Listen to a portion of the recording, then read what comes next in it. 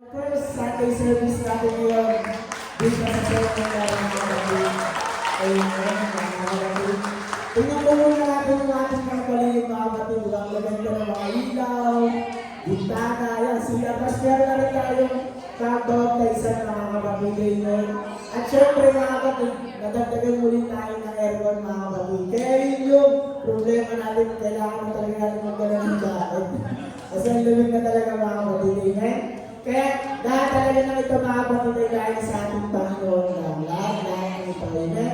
Atin lang yan kung ang lahat na tumayo. At tayo yung mag-i-start na. Pinaglang mo sa brother ng pasa ng kapatid kayo. Kilang Diyos, kapagpalang mga purihin ka po sa umagang ito na muli. Dinala mo na ligtas ang bawat isa sa amin sa lugar na ito upang ikaw ay aming pong sambahin, pasalamatan. Dakilain, Panginoon, sa kabutihan mo sa aming mga buhay. Muli kang Panginoon, humihiling ng pagpapatawad mo sa lahat po ng aming mga nagawang pagkukulang. Dalangin namin, Panginoon, na gawin mo kaming katanggap-tanggap sa harapan mo sa umagang ito. Tanggapin mo, Panginoon, ang aming gagawing pagpupuri, aming pagsamba, at hayaan mo, Panginoon, na ang iyong banal na Espiritu ang siyang lumukog sa bawat isa na naririto, O God. May we feel your presence this morning, O God. We need your anointing sa bawat musicians, sa mga song leaders, Panginoon, sa mga worship leaders, O God. I pray, Lord, that your Holy Spirit dwell upon us all, and especially, Lord, sa ministro na magdadala ng iyong salita. We ask for your anointing, Panginoon, at kausapin mo kami lahat sa umagang ito. In the mighty name of Jesus Christ, we claim victory this morning, O God, in Jesus' name. Everybody shout, Amen. Amen. Hallelujah. Bigyan natin ang lakas na palakpakan natin sa Panginoon. Glory to God. Glory to God. Worship you, Lord.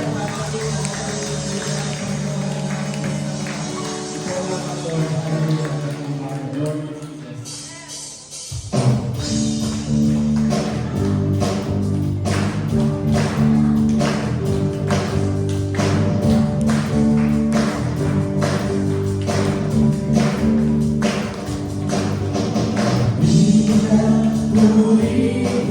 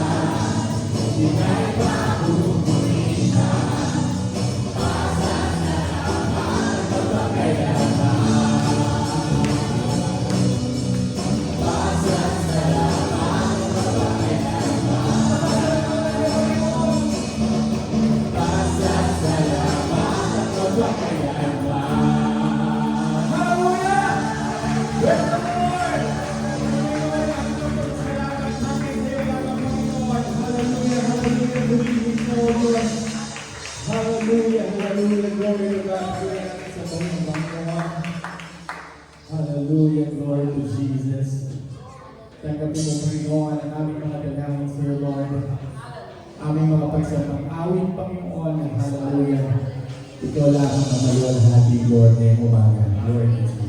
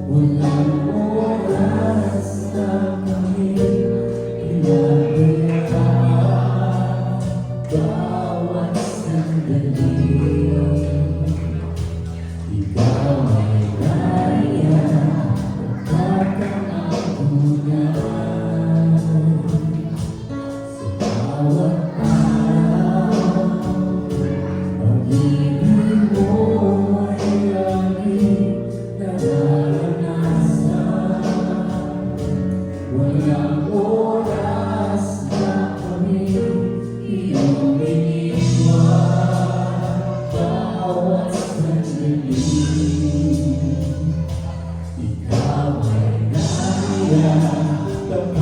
kang naunay. Kaya naman, O Diyos, wala kaming ibang nais, kundi ang ibalik sa'yo ang lahat ng pagsamahan.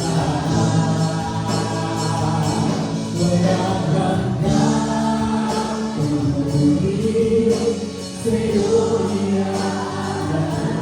Walang hanggang pasasalamat sa'yo ibigay. Napakamunin mo, Diyos, sa aming buhay. Mula noon hanggang ngayon,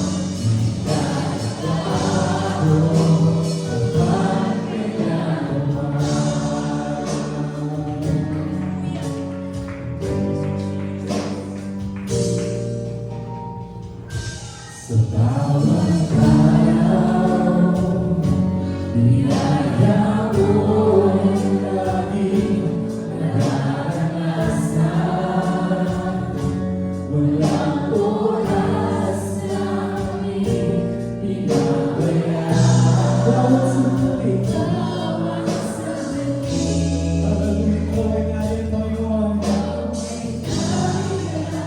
Kapag ka naunay, sa bawat araw, sa bawat araw, pag-ibig mo ay laging nararanasan.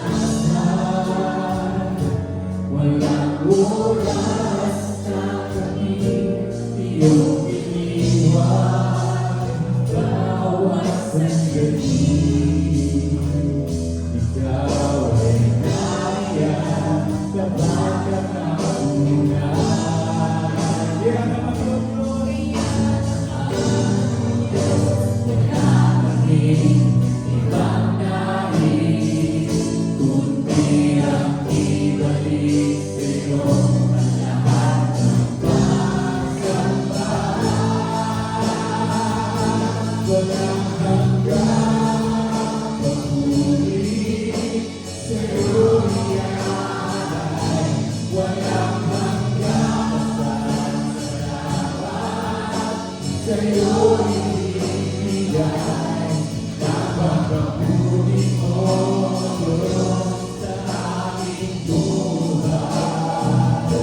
Mula noon hanggang ngayon, hindi ka nagbago. Walang hanggang pagmuli sa'yo ialay. Walang hanggang pasasalamat sa'yo ibigay. Napakamunin mo, Diyos, sa aming buhay. Mula noon hanggang ngayon, hindi ka nagbago. Walang hanggang pagmuli sa'yo ialay. Walang hanggang pasasalamat sa'yo ibigay. Napakamunin mo, Diyos, sa aming buhay. Mula noon hanggang ngayon, hindi ka nagbago. Kapag kailan pa man. Hallelujah!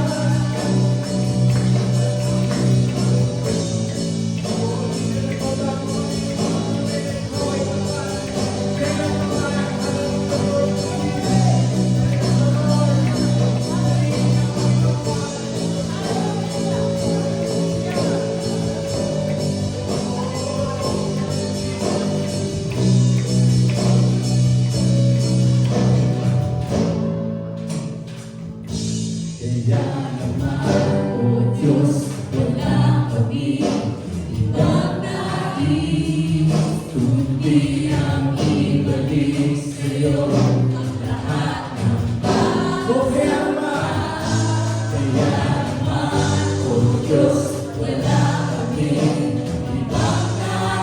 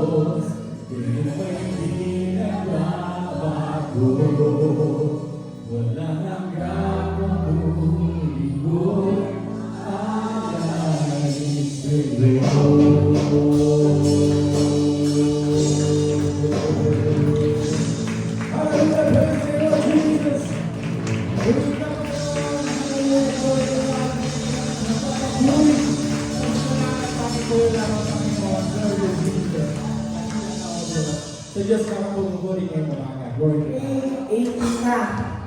Next week na mga kapatid ang ating 10th ministry anniversary mga kapatid. Excited po lang lahat?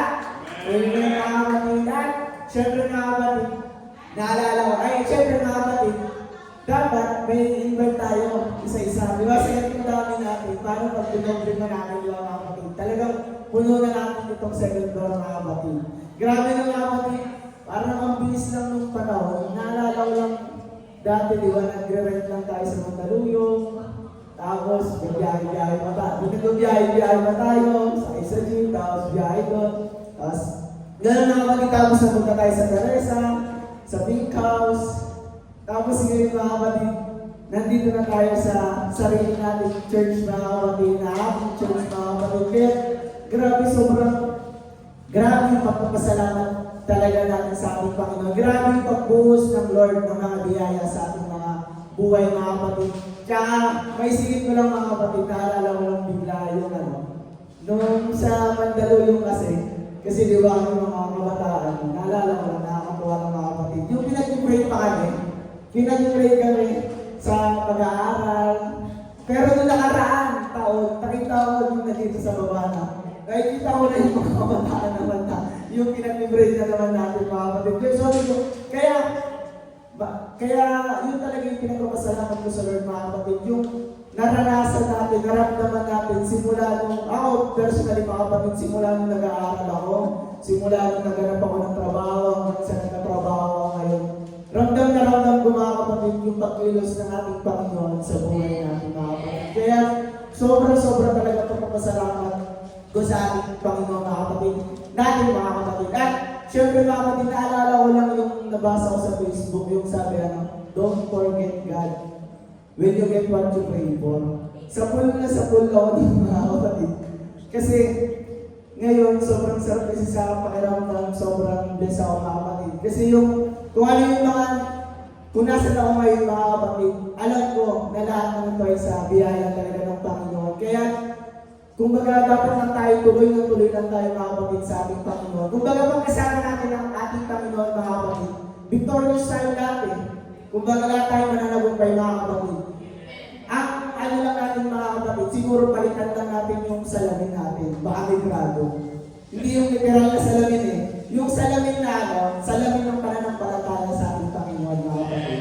Amen. Kasi lahat ng mga pinagdaraanan natin sa buhay, lahat yan, nakaplano na sa ating Panginoon, lahat tayo mananagumpay mga kapatid. Amen mga kapatid. Amen. At ipanalangin na rin natin ang nalingong na handog at ikapo. Lord, maraming salamat sa mga handog at ikapo na ito, Lord. Maraming salamat sa mga blessings sa buhay, sa kalakasan, at sa pinagkukuhanan namin ng mga anak buhay nito, Lord. I-bless niyo pa po, Lord God, ang mga nakapagbigay. At ganoon din po sa mga hindi nakapagbigay, Lord, ay bigyan niyo po sila ng kasiyahan sa puso at isipan ng pagbabalik ng mga handog nito na sa inyo lang talaga na nagmumula.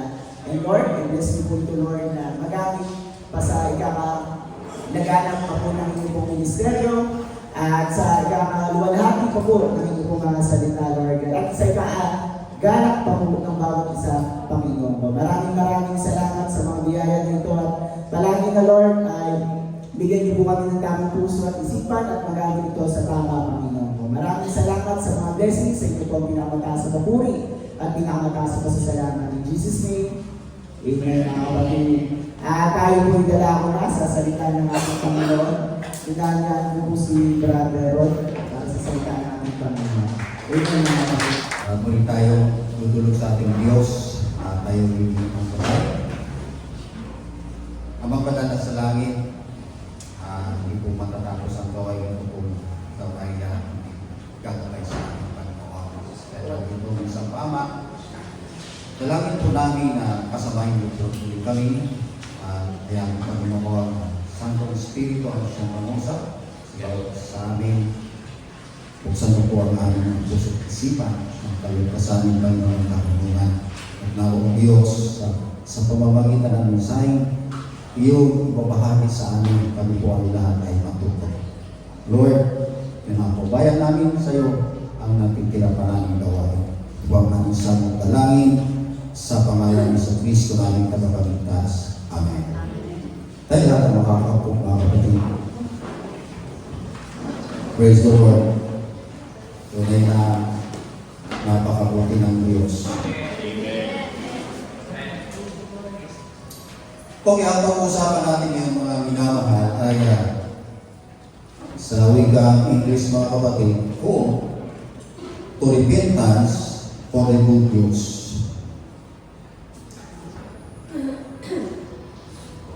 Mayroong dalawang word na pwede po natin ipalit dito sa ano po. Pwede po natin palitan ng appealing to repentance for the good news. O di kaya plea to repentance for the good news. Magkaiba po ito sa salitang mga kapatid. Ang appealing, mga kapatid, at plea, ito po ay isang individual na nagsisikap na makamit ang isang bagay. Okay? Subalit yung goal, mga kapatid, ang synonym po nito ay appointed or designate. Okay? Pag isang tao po ay in-appoint, kaakibat po nito mga kapatid, tungkulin at pananagutan. Ako po'y naniniwala, mga minamahal, na tayo lahat na nandito ay pwede kong tawagin na gospel bearer. Okay?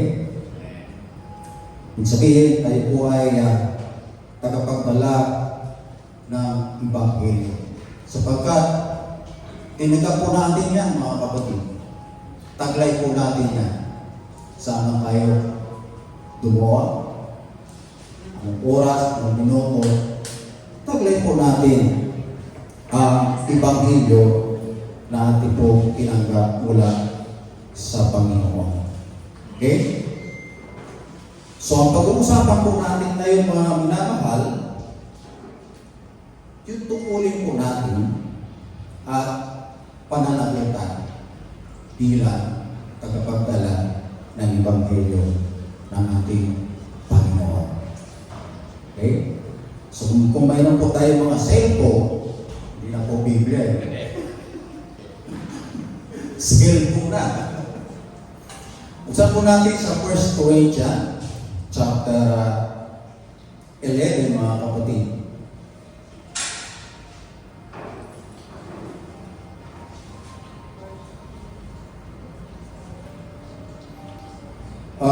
Simula ako sa 17, medyo mahaba-haba ito mga kapatid ko, pero pagtsagaan po natin. Okay, nandiyan po. At ayan po ninyo na basahin po natin sa Tagalog. Sabi po rito, hindi ba ang katalagahan din ang nagtuturo sa inyo? 17 pala, 17 to 34. Ayan. Para medyo paiksin po natin. Ang sabi po rito 17, datapwat sa pagtagubilin sa inyo nito, ay hindi ko kayo pinupuri, sapagkat kayo'y nagkakatipon hindi sa lalong mabuti, kundi sa lalong masama. Sapagkat unang-unay nabalitaan ko na kung nakakatipon kayo sa iglesia ay mayroon sa inyo mga pagkakabahagi at may konting paniniwala ako.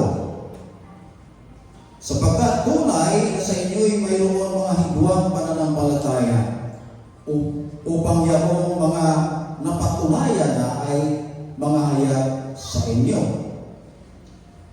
Kung kayo nga ay nangangaktipon, ay hindi kayo maaaring magsikay ng hapunan ng Panginoon. Sapagkat sa inyong pagkain, ang bawat isa ay kumukuha ng kanya-kanyang sariling hapunan ng pagpauna sa iba at sa isa ay gutom ang iba yung lasing. Sa talatang ito mga kapatid, mapapatunayan natin na sabi ng Biblia na gawin mo sa iyo ang 6 na araw at ibigay mo ang isang araw sa Diyos. Sa talatang ito mga minamahal, yung mga unang Kristiyano talaga, hindi lang 2 oras sila nagsiservice na kagaya po natin. Ako po'y naniniwala simula sa umaga hanggang gabi. Sapagkat dito mga kapatid, sila po ay nagbabaon.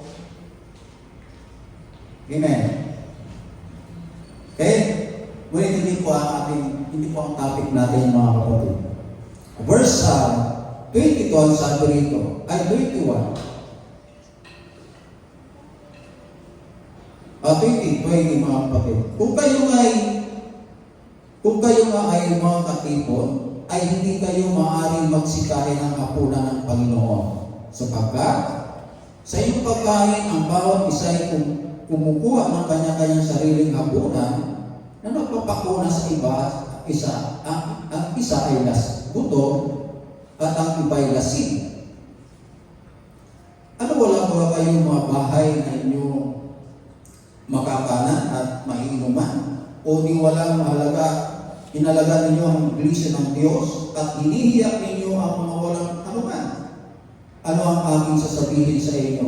Kayo bagay aking pupurihin?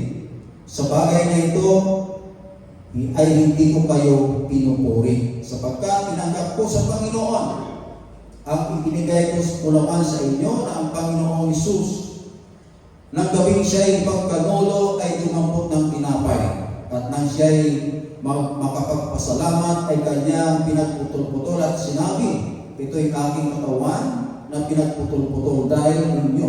Gawin ninyo ito sa pag-aalala sa akin.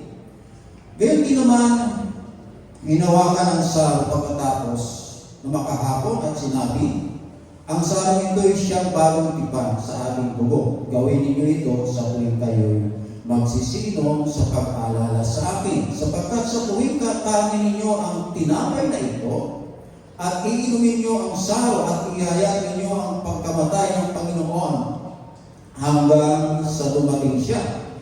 Kaya ang sino mang kumain ng tinapay at uminom sa saro ng Panginoon na di nararapat ay magkakasala sa katawan at tugo ng Panginoon. Sapagkat ang kumakain at umiinom ay kumakain at umiinom ang hatol sa kanyang sarili, kundi hindi niya kinikilala ang katawan ng Panginoon. Dahil dito'y marami sa inyo ang may hina at mga masasakitin at hindi kakaunti ang nangatulog. Yung nangatulog dito mga minamahal ay namamatay. Datapwat kung ating kilalanin ang ating sarili ay hindi tayo hahatulan. Datapwat kung tayo pinahatulan ay pinarusan tayo ng Panginoon upang huwag tayo mahatulan kasama ng sanglibutan. Dahil dito, mga kapatid ko, kung kayo'y nagsasalo-salo sa pagkain ay mga kitayan kayo. Kung ang sino man ay magutom, kumain siya sa bahay upang ang inyong pagsasalo-salo ay huwag maging paghatol at ang iba ay aking aayusin pagpapariyan ko. Actually mga kapatid, ang mga talagang binasa po natin ay self-explanatory na lang. Amen. Subalit hayaan po ninyo na konting elaboration lang po ang ating tatalakayin sa bagay na ito. Sa ating binasa, mga minamahal, sa mga talatang ito ay inihayag ang pagkakatatak ng hapunan ng Panginoon. Okay? Ito ay tinawag na Feast of Remembrance. At makikita po natin sa iglesia ng mga taga-Corinto na pag-alaman ni Pablo na mayroong mga kaguluhan sa pagdiriwang ng hapunan ng Panginoon. At makita po natin yan sa verse 18 hanggang 21 na mayroon pagkabahagi, mayroon alitan sa pagitan ng mga mananampalataya at may higwang mananampalataya. At ang iba mga kapatid ay lasing. Brother Rod, pwede palang maglasing noon. Ganito yan kasi mga minamahal. Sa kaugalian talaga na nila noon, yung mga nakakaangat sa buhay, hindi po sila kumakain walang alak. Pero hindi po yung fermented na alak, kundi katas ng ubas. Okay? Siguro yung mga nagbabaw na nakakaangat sa buhay, may bawang sila noon, habang nakikinig o nangangaral yung mga aral, kumakain, umiinom sila. Kaya, pag natapos na yung gawain, hindi pa lasing na. Okay? Kasi yung katas ng ubas mga minamahal, nakakalasing talaga. Kumain kayo ng 1 kilong ubas pag hindi ka nalasing. Okay, dito mga kapatid, dahil dito, kaya nagpapala si Apostol Pablo sa verse 27, ang sabi po niya, sinong kumain ng tinapay o uminom sa sako ng Panginoon na di nararapat ay nagkakasala sa katawan at tubo ng Panginoon. So makikita po natin dito sa versikulo nito mga kapatid, yung tungkulin ang isang mananampalataya at pananagutan ang isang mananampalataya. Sa kabuuan ng Biblia mga kapatid ay binabalaan tayo na ang mga tagubilin ng Diyos ay hindi dapat baliwalain. Matakot tayo doon mga minamahal. Bawat salita ng Diyos, mga kapatid, dapat po natin intindihin, nawain, at ating po sa buhay.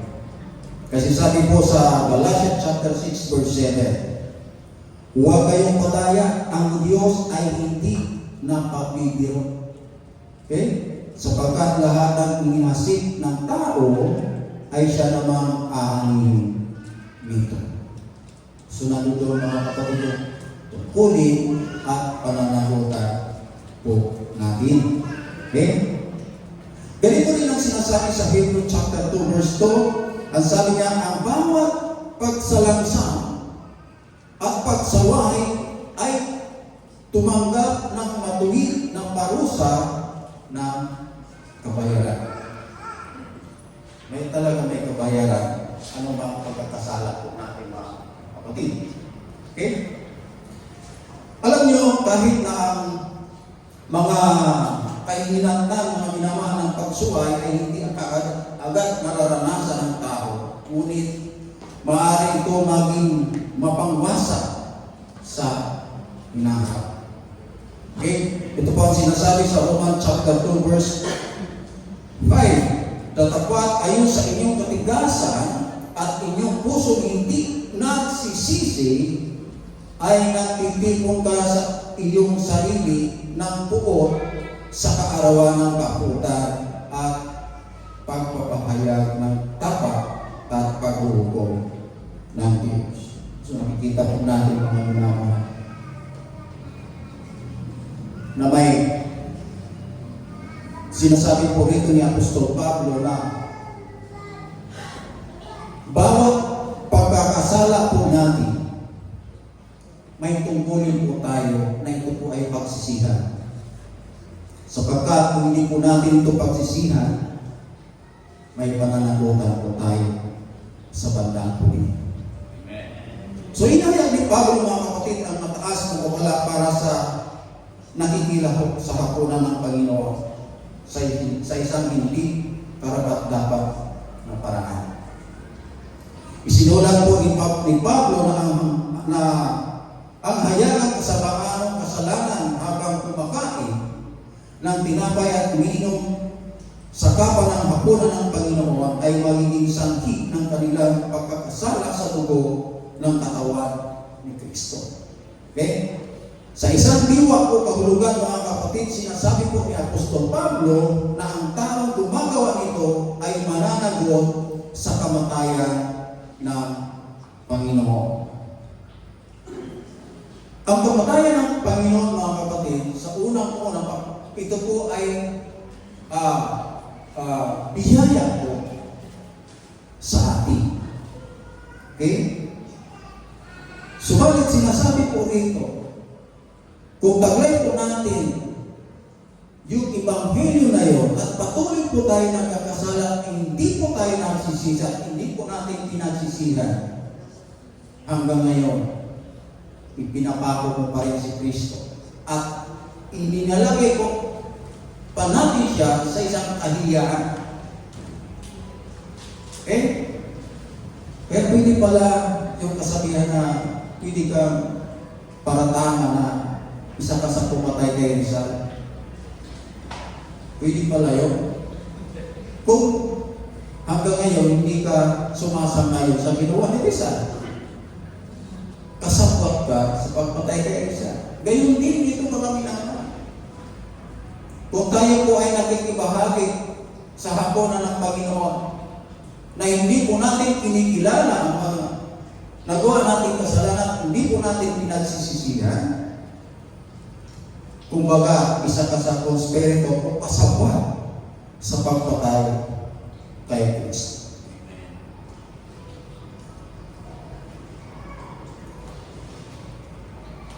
Sa ibang kasulatan, inihayag ng muli ang kaya sa krus kung saan si Kristo po ay naghirap. Buksan po natin mga minamahal sa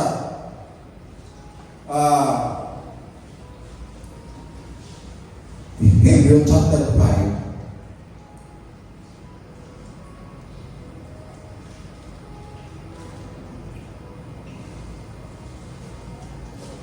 At verse 14,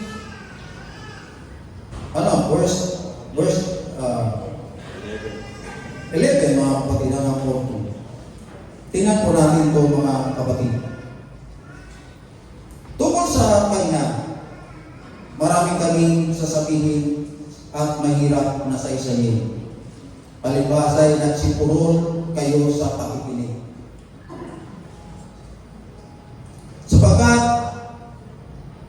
nang kayo'y nangagarapat ng maging mga guro dahil sa kaluwatan, ay muli kayo nangangailangan na kayo'y turuan inuman ang mga unang simulain ng aral ng Diyos at naging tulad ng mga nangangailangan sa gatas at hindi ng matigas hindi pagkain matigas, sapagkat bawat tumatanggap ng gatas ay walang karanasan sa salita at katwiran sapagkat siya ay isang sanggol. Ngunit ang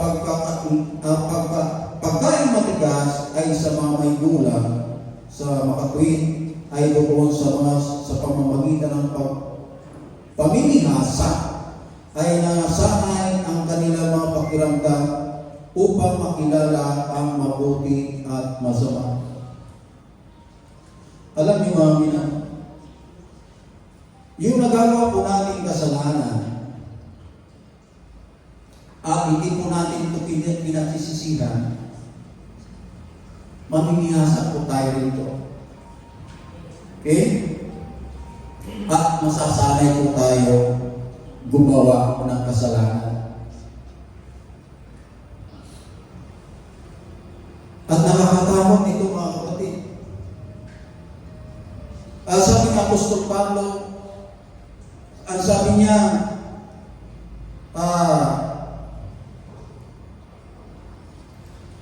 sana, sabi niya,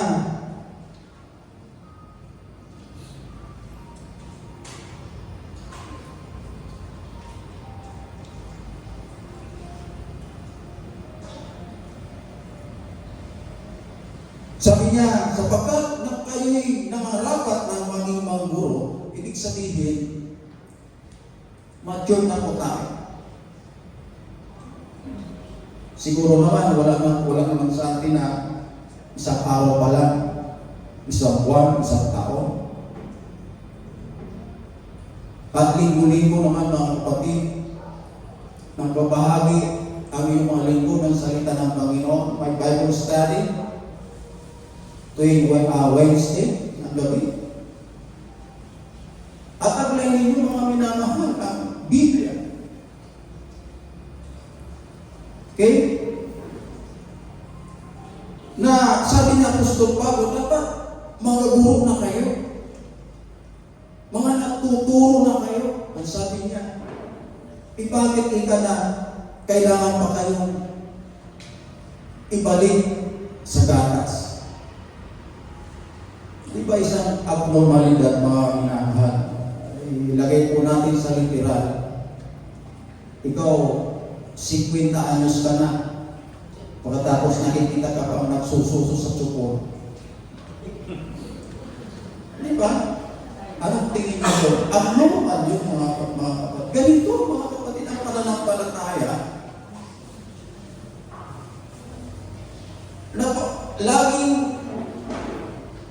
Laging gusto ito yung mga pasimulayan ng turo, hindi na sila umuunlad sa pananampalataya. Kaya sabi niya Apostol Pablo, dapat kayo ibalik sa gatas. Okay? Suportin mga minamahal ko pasahin, ngunit ang pagkain matigas ay sa mga may gulang. Okay, sinasabi po rito sa mga katuwid ay doon sa pamamagitan ng pamimihasa ay nangangasanay ang kanilang mga pakiramdam upang makilala ang mabuti at masama. So habang po tayo tumatagal sa gawain ng Panginoon, nag-discern po natin kung ano po yung masama, mali. Ayun, hindi po natin yung nakikilala mga minamahal. Sa tagal po natin nakikinig ng mga salita ng Diyos, may diferensya, may problema. Amen? So buksan po natin dito sa chapter 6, mga kapatid.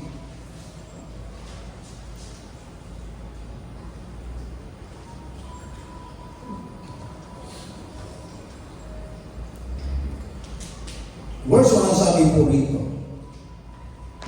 Kaya tayo tumigil ng pagsasinta ng mga unang simulain ng aral ni Kristo at tayo'y magpatuloy sa kasakdalan. Na huwag natin ilagay na muli ang kinakasaligan ng pagsisisi sa mga patay na gawa at ng pananampalataya sa Diyos. Nag-aral na tungkol sa mga paglilinis at pagpapato ng mga kamay at ng pagkabuhay ng pag-uli ng mga patay at ng paghukom na walang hanggan.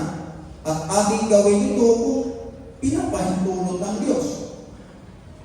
Ito po, hindi po ito pinapabawal na ituro sa iglesia. Kundi ito nangungusap si Apostol Pablo sa bawat isang Kristiyano. Na dapat ikaw na matagal na sa Panginoon, dapat ang sabi niya rito, huwag na yung mga simulaing aral ang dapat mong nalalaman na. Amen. Dapat ang sabi niya, magpatuloy ka sa kasakdalan. Okay? Kasi kung mananatili ka doon sa mga unang turo, ay hindi ka talaga lumalago. Okay? Ang porsa sa grito, sapagkat tungkol sa minsang naliwanagan at nakalasap ng kaloob ng kalangitan at mga nakabahagi sa Espiritu Santo at nakalasap ng mabubuting salita ng Diyos at ang mga kapangyarihan ng panahong darating. At sa kanahiwalay sa Diyos, di maaaring bakuhin sila muli ng pagsisisi. Yamang kanilang pinapakong muli sa ganang kanilang sarili ng ang anak ng Diyos at inilagay nila muli sa kahihiyan. Itong verse 6, mga kapatid, bagaman hindi po ito ang topic po natin, ayan po ninyo na ibahagi ko munti sa inyo mga minamahal. Ang tao po mga kapatid, o ang Kristiyano, pag nasanay po siya sa paggawa ng kasalanan at hindi po niya pinagsisisihan, masasanay po siya doon. Sisanay siya doon. Hanggang dumating ang araw mga kapatid, ititibay niya ang kanyang pananampalataya. Kasi kinari na siya ng sistema ng kasalanan niya. So yun, itibigay niya yung kanyang pananampalataya. Ito po nakakatakot mga kapatid.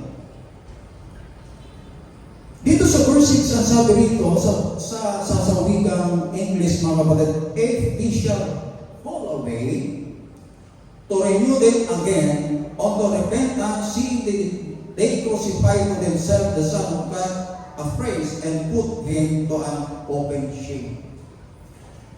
Ang salitang fall away, mga kapatid, ito po ay pinagtatalunan ng mga sikta. May mga relihiyon na ang interpretasyon nila sa fall away ay immaturity. Okay? Subalit, mayroon naman mga sikta na ang interpretasyon nila sa fall away ay apostasy. At alam ko mga kapatid, yung nagtuturo na ang ibig sabihin ng fall away ay yung mga naniniwala na once saved, always saved. Kasi yung apostasy mga minamahal, ito po yung kasalanan na walang kapatawaran. Amen. So once na diningay mo mga kapatid ang pananampalataya mo, mahulog ka sa apostasya.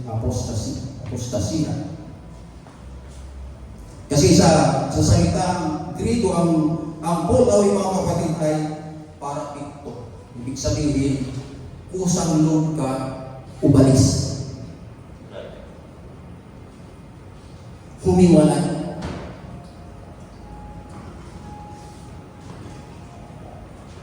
So pag yan ang nangyari mga minamahal, ito ang sinasabi ng Apostol Pablo na hindi ka na pwedeng ito po ay ang kasalanan ito mga kapatid, hindi ka na pwedeng ibalik na muli sa pagsisisi. Sapagkat ito po ay sinasabi na ito po ang kasalanan na walang kapatawaran. Dito po sa Matthew chapter 12, mga minamahal,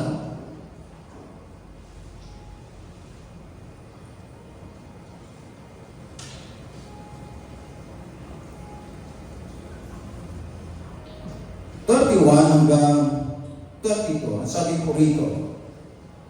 Kaya sinasabi ko sa inyo, ang bawat kasalanan at kapusungan ay ipapatawad sa mga tao, datapwat ang kapusungan laban sa Espiritu ay hindi ipapatawad. At ang sino man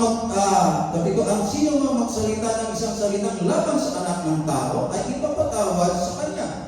Datapwat ang sino man magsasalita laban sa Espiritu Santo ay hindi ipapatawad sa kanya kahit sa sanglibutan ito o maging sa darating. Bakit brother Ron? During Old Testament, yung mga apostasy tinatawag ng Panginoon. Magkaiba po noon ang gawin ngayon. Kasi noong panahon ng lumang tipan, wala po yung Espiritu Santo. Hindi sa kanila pinagkaloob yun, mga ilan. Amen. Ngayon ito, Espiritu Santo, mga minamahal, na pinagkaloob sa atin. Kasi wala tayong magagawa. Kahit anong gawin po natin, mga minamahal, hindi po natin pwedeng iligtas ang ating mga sarili kung walang tutulong po sa atin. Dito sa John chapter 14, mga minamahal, sabi po rito, 14:26, ang sabi rito, Datapwat ang mga aliw sa makatimbagay ang Espiritu Santo na susugoy ng Ama sa aking pangalan. Siya ang matuturo sa inyo sa lahat ng mga bagay at magpapaalala ng lahat ng sa inyo yung aking sinasabi. So yung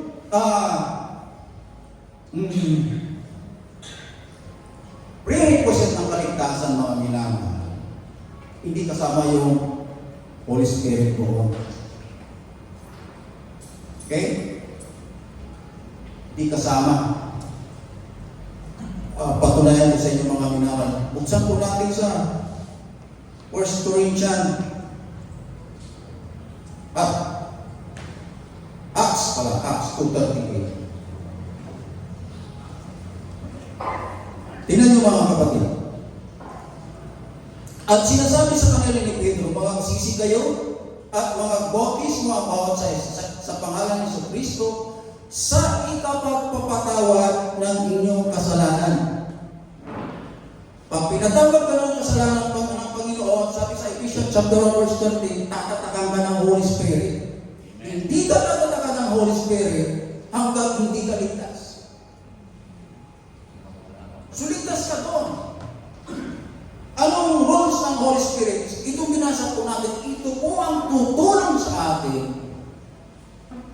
habang po tayo nabubuhay dito sa daigdig. Kasi po ako'y naniniwala, mga minamahal, nung tayo po'y tinagap natin ang Ebanghelyo, tayo nagsisi na tayo nagbautismo sa pangalan ni Jesucristo sa tubig, pagkaharap po natin, tayo po ang sabi ng Biblia, tayo po ay bagong nilalang.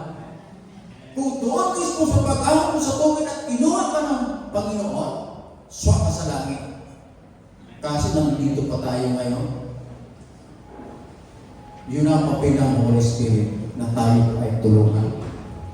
So balikan po natin ang Hebrews chapter 6, mga kapatid.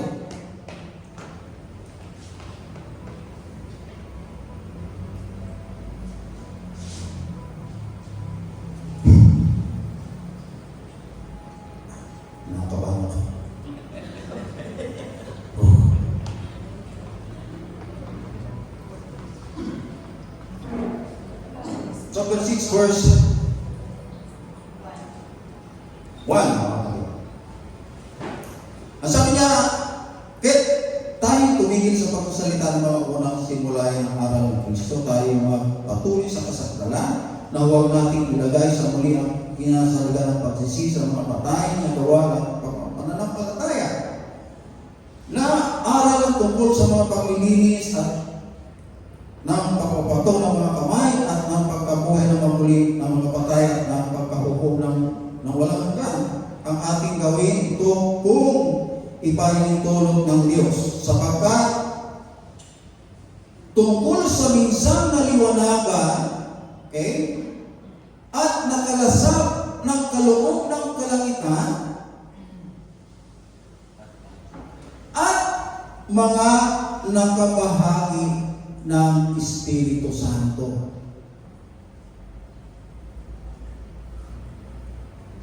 Kung ikaw po ay nakatanggap ng banal na Espiritu, mga kapatid, at nakalasap ng mga kabutihan ng Panginoon dahil dito, at muli mo siyang itakwil, yung tawag doon ay apostasya. Amen. So nakakatakot. So yung kasalanan ng mga kapatid na hindi po pinagsisihan, yun po ay laging namumunga ng kasalanan. Hanggang tumatagal, ay ang tao po ay nai-immune sa kasalanan. At yun po ang dahilan, kaya marami po tayo mga kapatid na dati masigasig sa paglilingkod sa Panginoon. Marami po akong nakita ganyan. Nasaan po sila ngayon? Amen. So, sa simbolikong paraan, mga minamahal, balik po tayo dun sa hapunan ng Panginoon. Sa simbolikong paraan ng komunyon, mga kapatid, ay sinadya upang gunitain ang sakripisyong kamatayan ni Jesucristo sa krus. Yung mga tinatrato, mga kapatid, ang gayong kaganapan na walang pagpapahalaga. Katulad sila ng mga nakatayo sa tabi ng cross at tumatawa. Amen. Habang si Jesus po ay naghihirap at namatay sa cross. Para sila yung mga kawal ng tutupon na nagsasaya habang ang Panginoon ay namamatay sa cross. At sila po yung mga patuloy na tinutuya ang Panginoong Hesus. Ang sabi ng mga Pariseo, kung siya ay tunay na Diyos, bumaba ka dyan sa cross.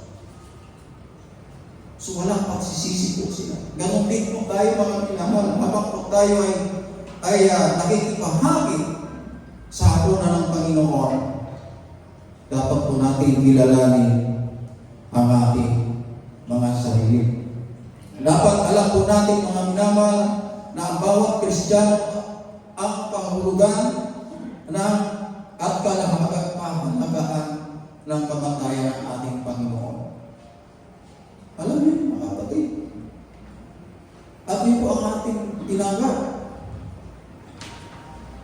Ang hindi pag-Kristito mga kapatid sa komunyon o ang hapunan ng Panginoon sa pamamagitan ng pagkamasarili, pagmamataas, ay hindi maliit na parata. Dahil ang mga sumusunod ng talata mga minamahal sa verse 20 to 29 ay nagpapakita na ang gayong kawalang galang ay nangangani na magbayad ng malalagang napakahalagang bagay. Okay? Masahin po natin ang 20 to 29 ng 1 Corinthians. Nandyan?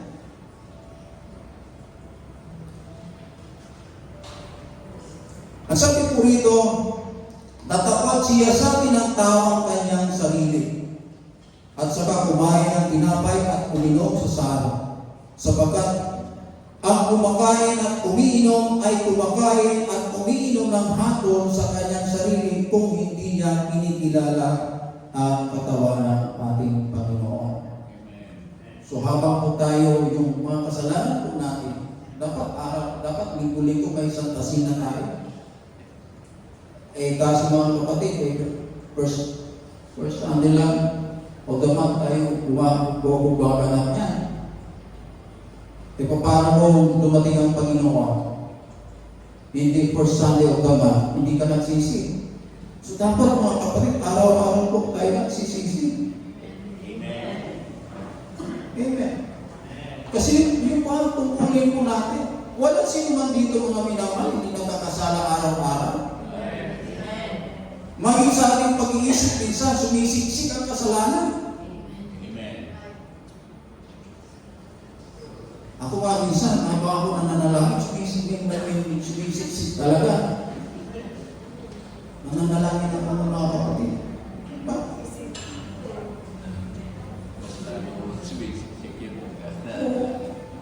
Paano pa kaya kung hindi ka nananalangin?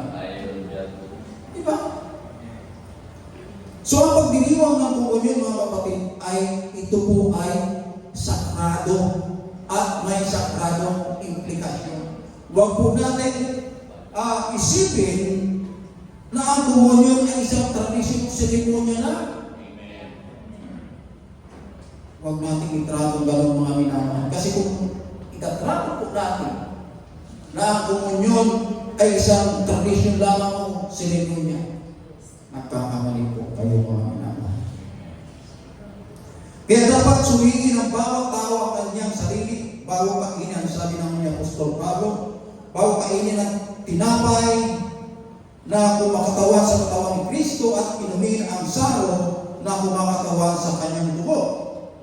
Ang mga mananampalataya mga kapatid ay dapat may, kung siya po ay magiging bahagi sa kanong gawain, ang bawat mananampalataya dapat may kababaang loob. Nakilalanin ang kalubog ng biyaya na ibinigay sa kanila sa pamamagitan ng ibinuhos na dugo at nasirang katawan ni Kristo Kasi nga mga kapatid, kung wala yan, wala po tayong kaligtasan. Alam niyo, kung ang isang tao, mga kapatid, ay nagpapahayag ng kamatayan ni Jesus, ngunit hindi sumusunod sa batas ng Ebanghelyo, ang tao iyon ay talaga nangangahas na hatulan siya ng Diyos. Okay? So sa pamamagitan naman ng kamangmangan, pagmamataas, simpleng pagkakamali, mga kapatid, ang pag-insulto sa sakripisyo ni Kristo, kahit ito'y simboliko, ay isang bagay na siniseryoso ng Diyos. Kung ang Diyos ay seryoso, mga kapatid, dapat po natin seryosohin din. Kasi sabi niya, siya po ay hindi napapibiyo. Amen. Dito sa verse 30, mga kapatid,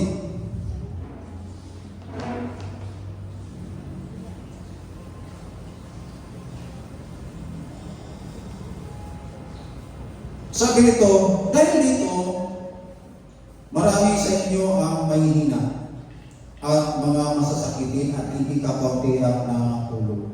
Yung mga tulog, mga kapatid, ay mamatay. So ito, mga kapatid, ang kahihinat na ng mga tao sa kanilang kabiguan na sundin ang pagkikipag-isa ng may wasto paggalang sa sakripisyo ni Kristo sa krus. O, tanggapin natin mga kapatid, tayong mga tao ay hindi perfecto. Okay? Dahil malimit na tayo ng kakasalan. Ngayon pa man, bilang tagapagdala ng Ebanghelyo ng Panginoon, handa tayong pagsisihan ang kasalanan na nagawa po natin. At hindi tayo sa pag-ingin po natin ng kapatawaran sa ating mga kasalanan. Sabi sa John chapter 1 verse 9, sabi niya, kung ipapahayag natin ang ating mga kasalanan, ay tapat at banal siya na tayo pagtatawarin sa ating mga kasalanan at tayo nilinisin sa lahat ng kalikuan. So, napakasimple lang pala. Amen. Bakit po? Hindi po natin magawa. Amen. Yung pag-alis po natin, yung pag-alis po ng ating kasalanan, hindi po natin yung magagawa. Siya po ang gagawa para sa atin. So ang pagsisisi, mga kapatid, sa diwa nito ay taos-pusong pagtalikod sa kasalanan at kusang pagbabalik loob sa Diyos. Amen. Yun ang pagsisisi. Ito ay hindi lamang isang bisis na gaganapin, kundi isang tuloy-tuloy upang araw-araw na gawain na sumasalamin sa patuloy na kaugnayan po ng mananampalataya sa Diyos. Kung tayo po'y nagsisisi sa ating mga kasalanan, mga minamahal, yung relasyon po natin sa Diyos, tuloy-tuloy yun. Subalit, pag yung kasalanan hindi po natin pinagsisihan, yun ang dahilan na hiwalay po tayo sa Kanya. Sapagkat sinasabi po ng kasulatan ng kasalanan ay siya nagpapahiwalay sa atin sa Diyos. So ang taong walang pagsisisi, mga kapatid, sa ginawa niyang kasalanan, ang kaugnayan niya sa Diyos ay putol. Okay? At kung ikukumpisa natin sa Kanya ang kasalanan, ang ating relasyon sa Diyos ay hindi po napuputol. So mga kawit, yung nagawa natin mga kasalanan, ito po ay isang obligasyon o tungkulin ng tao na pagsisihan niya sa nagawa kasalanan. Amen. Dahil kung hindi niya ito pagsisisihan, mga kapatid, may pananagutan po siya sa Diyos. Sa salitang Grego, mga kapatid, para sa pagsisisi ay tinawag na metanoia, na mahulugan ng pagbabago sa puso at isipan na humahandog sa isang reorientation ng buhay sa isang tao patungo sa Diyos. Sa Romans chapter 12 verse 2, ang sabi po diyan. Okay.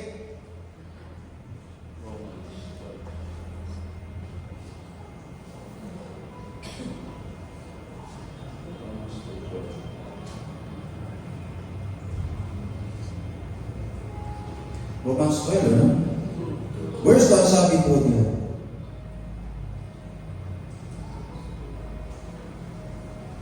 At nalalaman natin, ano no?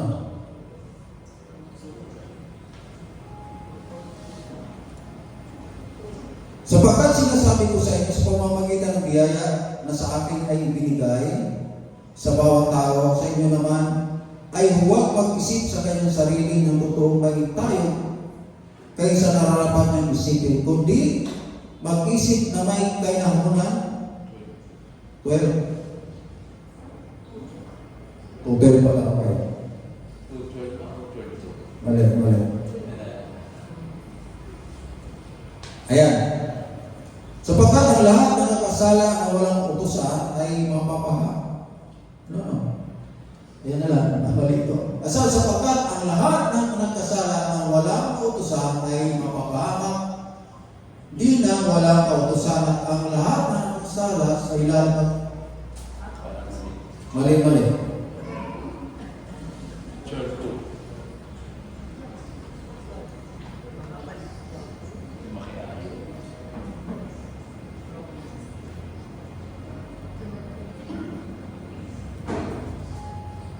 Ito, sapagkat sinasabi ko sa inyo sa pamamagitan ng biyaya na sa akin ay binigay. At huwag kayo magsiayon sa sanglibutan, sa sanglibutan ito, kundi mag-iba kayo sa pamamagitan ng pagbabago ng inyong pag-iisip upang mapatunayan ninyo kung alin ang mabuti at kaayaya at lubos na kalooban ng Diyos. So, ang pag-isisi mga kapatid, ay pagbabalik loob sa Diyos. Hindi yung pinagsisihan mo, pero nakaupo ka pa rin doon sa kasalanan na pinagsisihan mo. Amen. Hindi ka doon umaalis.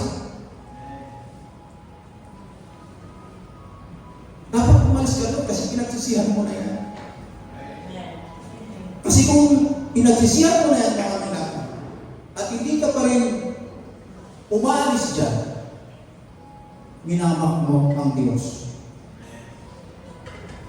Amen.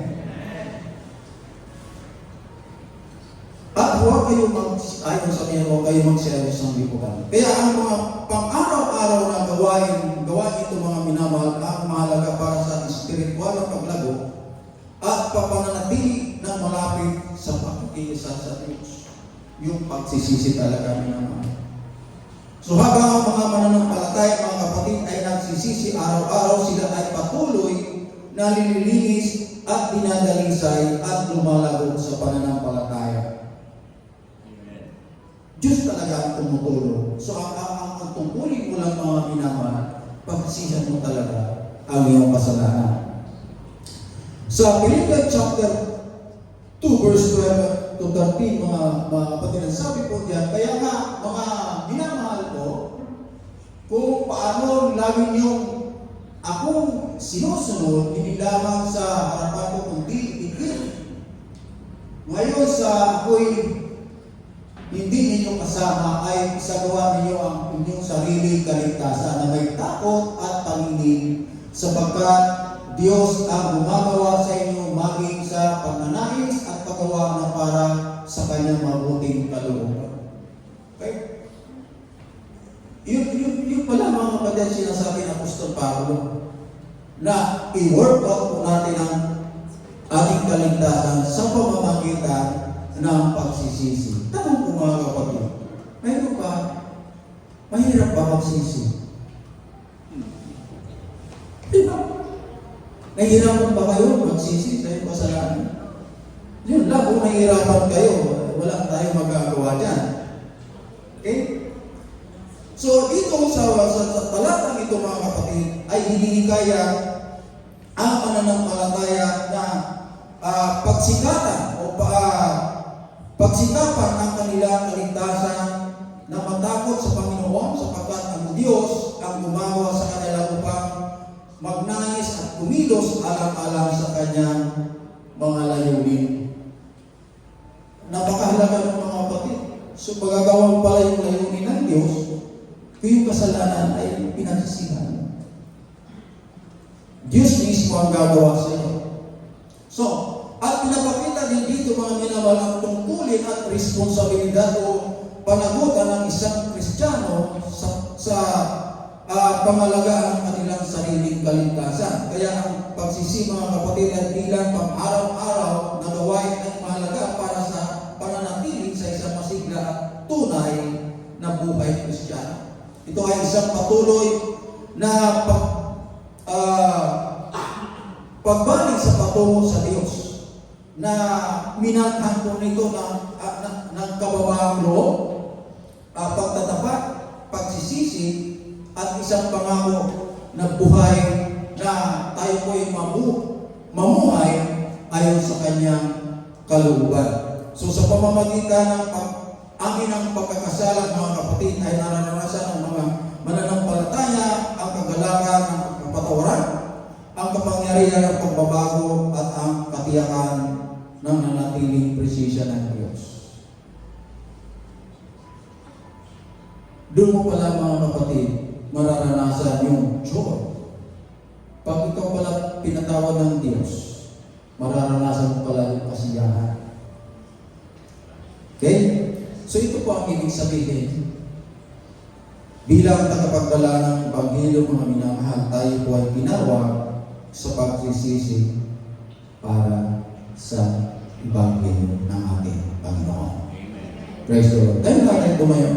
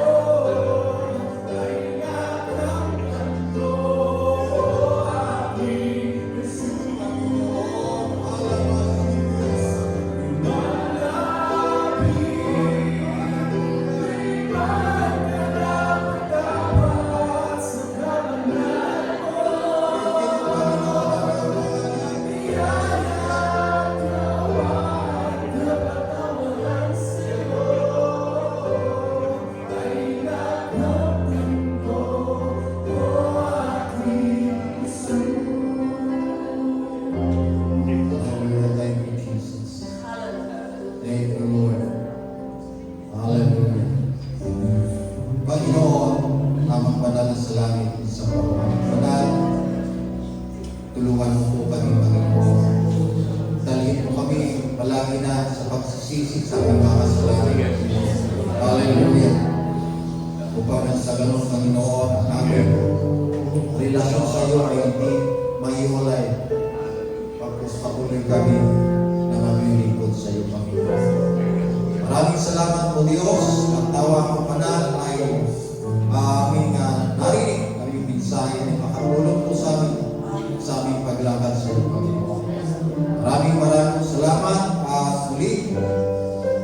Kami po'y nagpapasalamat sapagkat muli mo kami binigyan ng pagkakataon na makibahagi muli sa gawain ito, O Diyos. Dalangin po namin, Panginoon, sa susunod na gawain, dalhin mo kami, nadala ang aming tagumpay na nanggagaling sa iyo at ikaw lamang ang papurihan at aluwalhatiin. At sa aming pansamantalang pag-iwalay o Diyos, ay pamuling ang siyang pumatubay sa amin kung paano po kami iningatan. Papunta rito, ay ingatan mo rin po kami sa pag-uwi. Ang tawa ko Diyos ay dala namin, Panginoon, ang kasiyahan na pagmula sa iyo. Ito po ang aming samot dalangin sa pangalan ng Kristo namin tagapagligtas. Everybody say amen. Tapos po natin ang mga kapatid, paalam na, tawa ang Santong Espiritu, ang siyang manangan lagi sa inyo. At magtagumpay kayo sa lahat ng inyong minimitit sa buhay. Ito po ang aming samot na langit sa pangalan sa Kristo na may tagapagligtas. Amen. Tapos na po ang